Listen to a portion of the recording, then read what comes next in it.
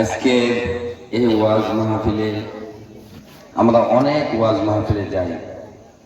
দুঃখের বিষয় আল্লাহ পাক আমাদেরকে হেদায়েতটা খুব কম দেয়। আমি আল্লাহর কাছে দোয়া করি, আল্লাহ এই ওয়াজের মাহফিল, এই মাহফিলের মাঝে মাঝখান দিয়ে আমাদেরকে আল্লাহ পাক হেদায়েত দান করে। দেখেন, আমি দক্ষিণ দানাবুনিয়া সাবেক চেয়ারম্যান ছিলাম 2016 সাল থেকে। আমি এই পর্যন্ত অনেক দরবার করেছি, অনেক দরবার প্রচার করেছি, কিন্তু আমি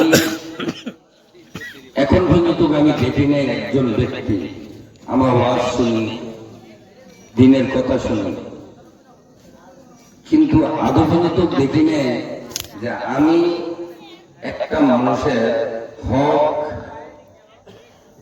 ধরেন একটা জায়গায় আমি বক্তব্য করতেছি, আমি কিন্তু জানি যে এই জায়গাটা আমার না, এক আল্লাহ জানে, আমি জানি, কিন্তু আমার লাইফে আমি একটা ব্যক্তিকে দেখি নাই দাড়ি পাচ্ছে, চুল পাচ্ছে, বা কোনোদিন দেখি নাই যে আমি এই যে আরেকজনের হকটা আমি কবরে যাওয়ার আগে আমি এই আরেকজনের হকটা দিয়ে যাই। আমি একজন লোক দেখি, একজন লোক আমার চোখে আমি দেখিনি।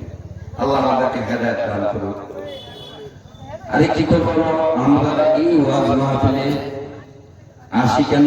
শিগার মতো এখানে আমাদের চিকিৎসা হুজুর আছে, আরো বড় বড় আলেম যারা, তাদের কথাগুলো শোনার জন্য এবং মানার জন্য আমরা আসি। আমাদের পরকালে অবশ্যই চিন্তা করতে হবে, 5 ওয়াক্ত নামাজ পড়তে হবে, আল্লাহর বিধান মেনে চলতে হবে।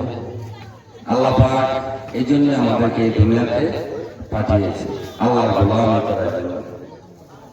আমরা অনেক সময় বয়স হয়েছে, কিন্তু আমরা এখনো ঠিক মতো ওযুটা করতে পারি জানি না। আমি অনেক লোক দেখেছি,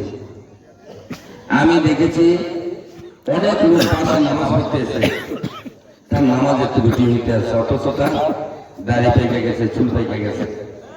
আসলে আমাদের শিক্ষা কি কোনো বয়স লাগে? বয়স লাগে না।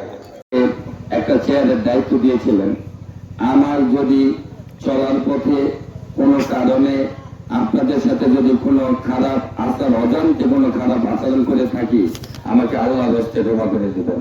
জানি না, হয়তো বা আমার এই শেষ কথা হতে পারে, আর আপনাদের দোয়া থেকে হয়তো আল্লাহ বাঁচিয়ে রাখতে পারে। তো আমাকে দয়া করে আপনারা সবাই মাফ করে দিবেন, ক্ষমা করে দিবেন। এই বলে আমি আমার বক্তব্য শেষ করছি।